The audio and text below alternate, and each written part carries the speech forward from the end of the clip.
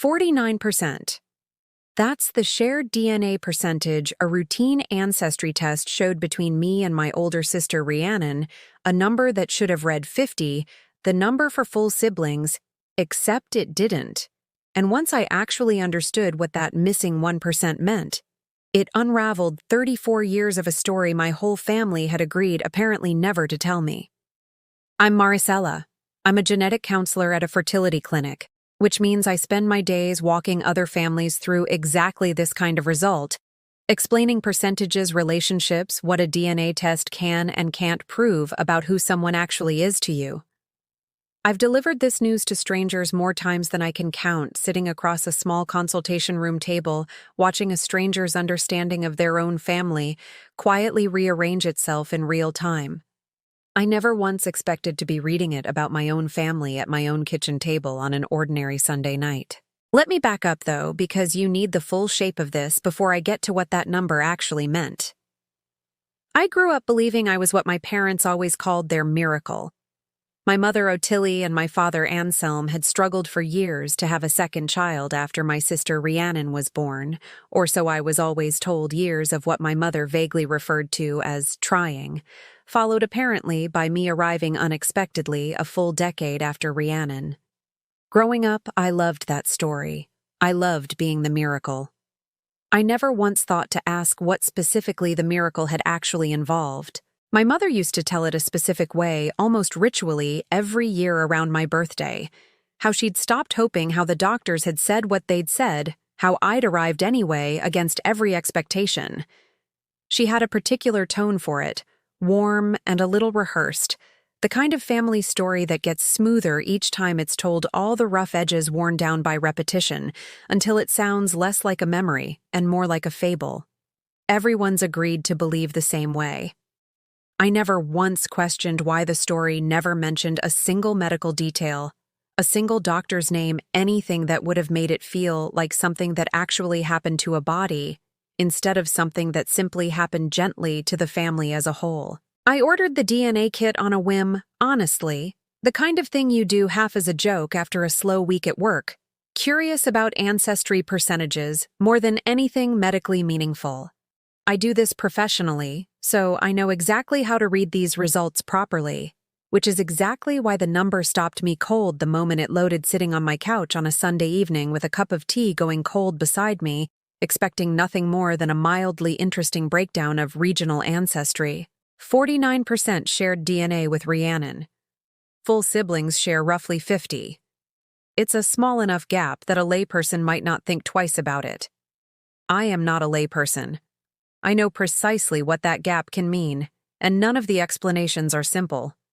I need to tell you something about myself the same way I'd want any client to be honest with me. I've spent years professionally trained to deliver news like this, calmly, clinically, without letting my own reaction color the room. Sitting on my own couch that Sunday night, none of that training helped me at all.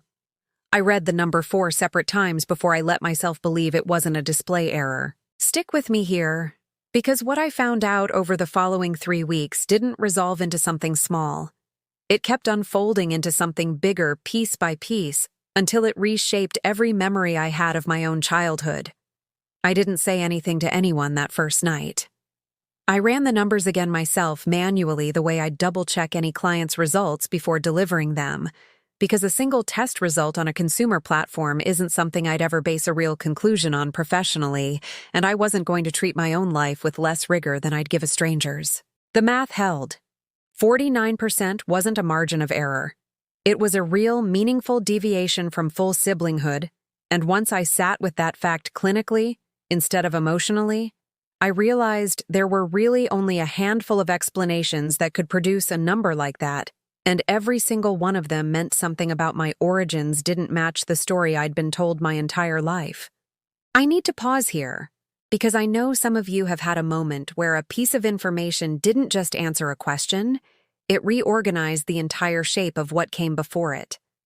If that's you, I understand exactly how disorienting that feels. The specific vertigo of realizing every memory you have of a person might need to be quietly refiled under a different label than the one you'd always used. And what I found out over the next 3 weeks made it clear this wasn't a lab error. It was something my family had built deliberately decades ago and had simply never mentioned since. I ordered a second, more clinical test through my own clinic's partner lab a week later, the kind used for actual medical verification rather than ancestry. Curiosity requesting analysis against both my mother and my sister, separately framed to my supervisor as a professional development exercise using anonymized personal samples, which wasn't entirely a lie. I remember sitting in the lab's waiting room during that week, the same waiting room I'd walked hundreds of clients through myself, watching other people wait for results that might reshape their own understanding of who they were related to, and thinking with a strange clinical detachment I didn't fully trust that I finally understood exactly what that waiting felt like from the other side of the desk. The results confirmed the ancestry test and added something I hadn't expected. My relationship to Rhiannon wasn't consistent with full siblings. It was consistent with a parent-child relationship. Rhiannon wasn't my sister in the way I'd always understood the word. Genetically, she was my mother.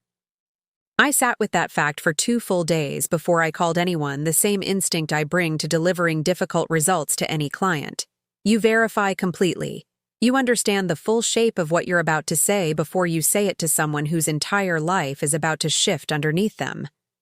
I barely slept either night running the numbers over and over in my head, the way I'd triple-check any client's chart before a consult. Except this time there was no supervisor to review my work, no second opinion except the one I had to find entirely on my own. I remember standing in my kitchen at 3 in the morning on the second night, staring at a printed copy of the results, like it might read differently if I just looked at it one more time. I called my Aunt Rosalind, my mother's younger sister, not my parents yet, not Rhiannon yet, because she'd always been the person in my extended family who told things straight when nobody else would. I asked her carefully if she knew anything about complications around my birth, anything unusual about the years before I was born.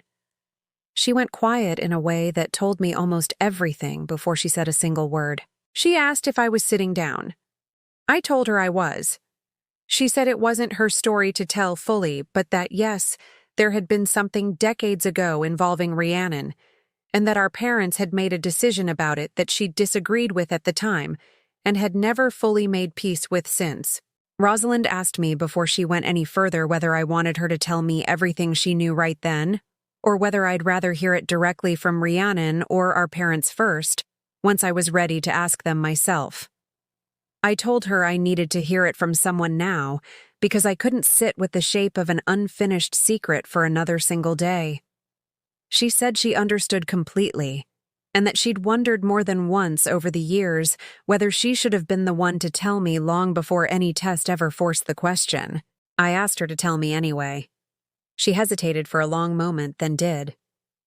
Rhiannon had been 19 when she got pregnant unexpectedly during what Rosalind described as a genuinely difficult stretch in her own life. A relationship that ended badly, a family already strained by my parents' own long struggle to have a second child. Rather than Rhiannon raising a child alone at 19, or the family navigating a teenage pregnancy publicly in a small, judgment-heavy community, my parents made a decision.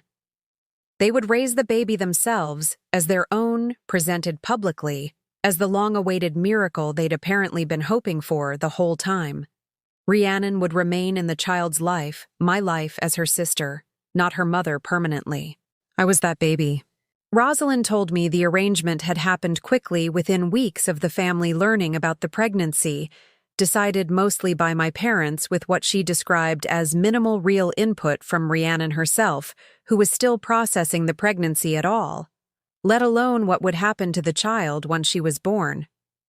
Rosalind said she'd argued at the time that Rhiannon deserved more say in a decision that would reshape the rest of her life, and had been overruled gently but firmly by my mother, who insisted this was the version of events that would hurt the fewest people in the long run. I asked Rosalind directly whether she thought that reasoning had actually been true, or whether it had simply been the version that let everyone involved feel less responsible for what they were doing. She was quiet for a moment, then said she'd spent 34 years genuinely unsure of the answer to that exact question herself. I want you to sit with that for a second the way I had to. My entire childhood, every birthday, every school event, my sister sitting in the audience clapping for me, was built on top of a decision made before I could speak, that reshaped who everyone in that room actually was to me without my ever having the smallest say in it. I thought back sitting with Rosalind's explanation to 100 small memories that suddenly looked different the way Rhiannon always seemed to know exactly how I liked my eggs. Small things, things a sister might just happen to notice, or things a mother notices, because she spent months learning them before anyone else did. I don't know which explanation is true for any single memory. I think that's the part that unsettles me most, the not knowing retroactively which version of my childhood I actually lived. I found myself in the days after cataloging these small moments almost obsessively the way I'd catalog evidence for a difficult case, except every single one of them refused to resolve cleanly into one meaning or the other. I didn't confront anyone yet. I needed to understand the full shape of it first, the same instinct that served me through years of delivering complicated genetic results. You don't have the hard conversation until you actually know what you're talking about.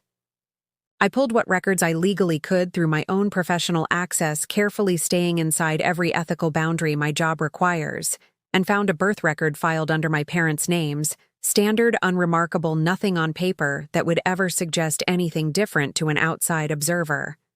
Whatever arrangement had happened, it had happened informally inside the family, never through a formal adoption process that would have left an official trail.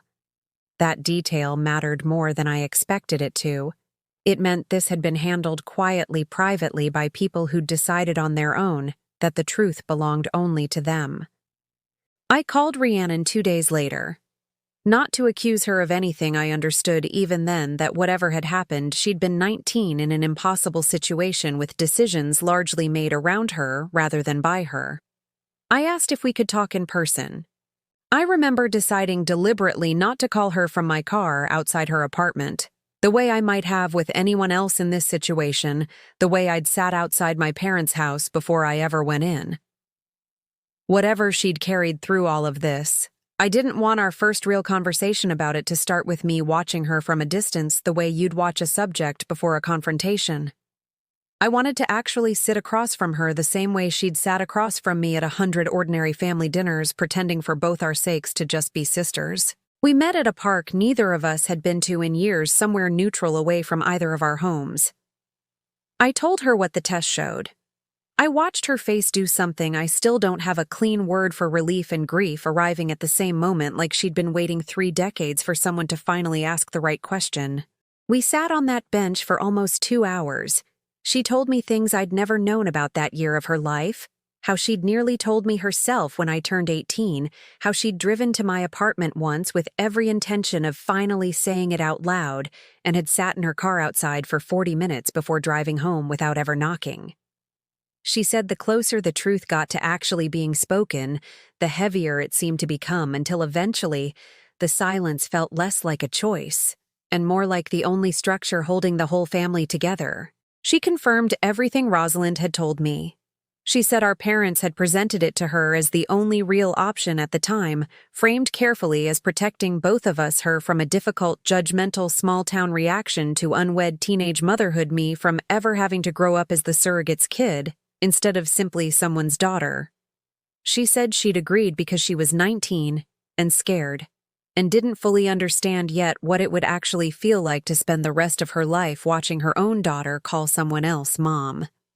She told me there had been a moment when I was around 7 at a birthday party where I'd fallen off a swing and started crying, and she'd been the one who instinctively ran across the yard first, faster than my mother, faster than anyone, and had to physically stop herself halfway there and let my mother reach me instead. She said she'd thought about that moment more times over the years than almost any other, a small, involuntary flash of instinct she'd had to consciously override over and over for 3 decades. I asked her the question that mattered most to me. I asked if she would have ever told me herself if that DNA kit hadn't landed in my hands on an ordinary, curious Sunday. She didn't answer right away. When she finally did, she said she'd thought about it more times than she could count every single year, and had never once found what she considered the right moment until there wasn't a right moment left to wait for because I'd found it myself. I drove to my parents' house the following weekend. I sat in my car outside for close to 15 minutes before I went in, not gathering anything. I already had everything I needed. I think I just needed to see the ordinary shape of that house one more time. The house where this story had been built and maintained quietly for 34 years before I let myself walk through the door and change what it meant. The porch light was on the same warm yellow bulb it had always been, and for a moment I let myself simply sit with how strange it was that something so ordinary could sit directly outside something this large. My mother answered. Tilly. I still call her that in my head sometimes, now testing the word the way you'd test a fact you're not fully sure you believe yet. I didn't sit down. I asked her directly whether Rhiannon was actually my biological mother. She went very still, the particular stillness of someone realizing a story they've maintained for over 3 decades has finally completely run out of road. She didn't deny it.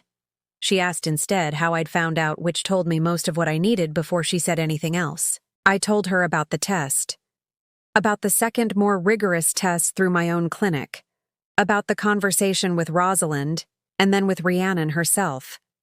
I watched her face move through every stage I've watched 100 clients' faces move through when a result changes everything they thought they understood about their own family. Shock, then recognition, then the particular grief of realizing a carefully protected story has finally been exposed. My father, Anselm, had been in the next room and came in partway through, standing quietly near the doorway, rather than interrupting the way he'd always handled anything difficult in that house present, but letting my mother do the talking, the same pattern I'd watched my whole life without ever understanding what it had been protecting. She said it had never been meant as a betrayal. She said at the time, it had genuinely felt like the kindest option available to everyone involved, a way to give me a stable, unremarkable childhood, instead of a complicated, whispered about one, and a way to let Rhiannon finish growing up herself instead of raising a child before she'd had the chance to become an adult of her own. I asked her if she'd ever once considered across 34 years that the choice hadn't only been about protecting me from complication. It had also been about protecting the story she and my father got to tell about themselves, the miracle couple finally rewarded after years of hoping, instead of the more complicated, messier truth underneath it. She didn't have a clean answer for that. I don't think she'd ever let herself ask it of herself before. My father spoke up then for the first time since he'd come into the room. He said he'd wanted to tell me more than once, especially once I was old enough to have handled it, but that my mother had always found a reason it wasn't the right time, and eventually he'd stopped pushing the way he seemed to stop pushing on most things in that house. I asked him directly if that meant he was blaming her for a decision he'd also agreed to. He was quiet for a long moment before admitting that wasn't fair, that he'd had just as much say in the silence as she had, even if he'd been the quieter partner in maintaining it. I want to pause here because I know some of you have found out something about your own origins that reorganized what family even means to you. If that's you, I see you genuinely, and I think the last part of this matters most for exactly that reason. The delayed piece of all this came about 3 weeks later from Rosalind, again, almost apologetically over the phone. She told me she'd been quietly sending Rhiannon money every few months for years, small amounts framed to the rest of the family as ordinary sisterly generosity. But really, she admitted, as her own private way of trying to make up for staying silent about the arrangement for so long, of trying to ease something she'd never had the courage to say out loud to anyone, until I asked her directly. I asked Rosalind why she'd never simply told Rhiannon that the money was about the secret, rather than letting it sit there disguised as ordinary generosity for years. She said she genuinely wasn't sure anymore, that at some point the disguise had become as automatic as the silence itself.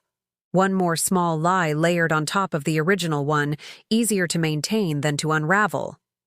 I think that answer told me almost as much about this family as the DNA test had. I sat with that for a long time.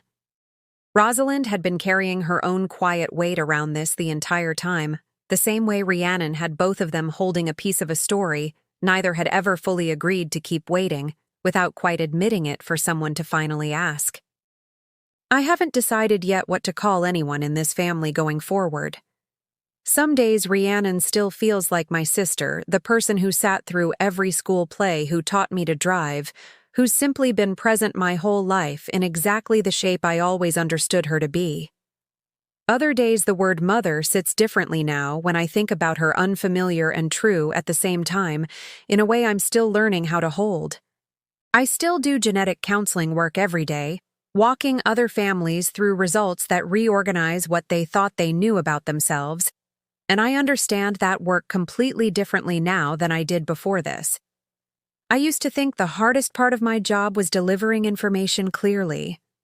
I know now the harder part is what happens after the slow, uneven work of a family deciding who they actually are to each other, once the paperwork of who raised them stops being the only version of the truth that matters.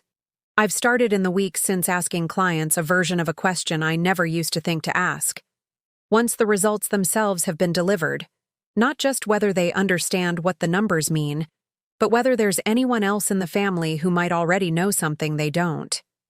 It's a strange addition to a script I've delivered hundreds of times before, but I think I owe it now to every family sitting across from me the way mine once sat unknowingly across from a truth they'd built without me. I've had 2 clients already quietly thank me for asking in a way that told me exactly how much that single question had needed asking in their own families too. I don't have a tidy ending for you here, and I'm not going to pretend I do. My relationship with my mother is different now, quieter, more careful. My relationship with Rhiannon is somehow both the same and completely transformed sometimes within the same conversation. I don't know yet what this family looks like on the other side of all this. I'm still finding out the same way I found out everything else, one honest conversation at a time, longer overdue than any of us wanted to admit. If any part of this hit close to home, if you've ever found out the story of your own family wasn't the one you'd always been told, I see you genuinely. I used to think the hardest secrets were the ones people told to hurt someone. I know now some of the hardest ones are the ones people build out of love or something they've convinced themselves is love, and then simply never find the courage to unbuild.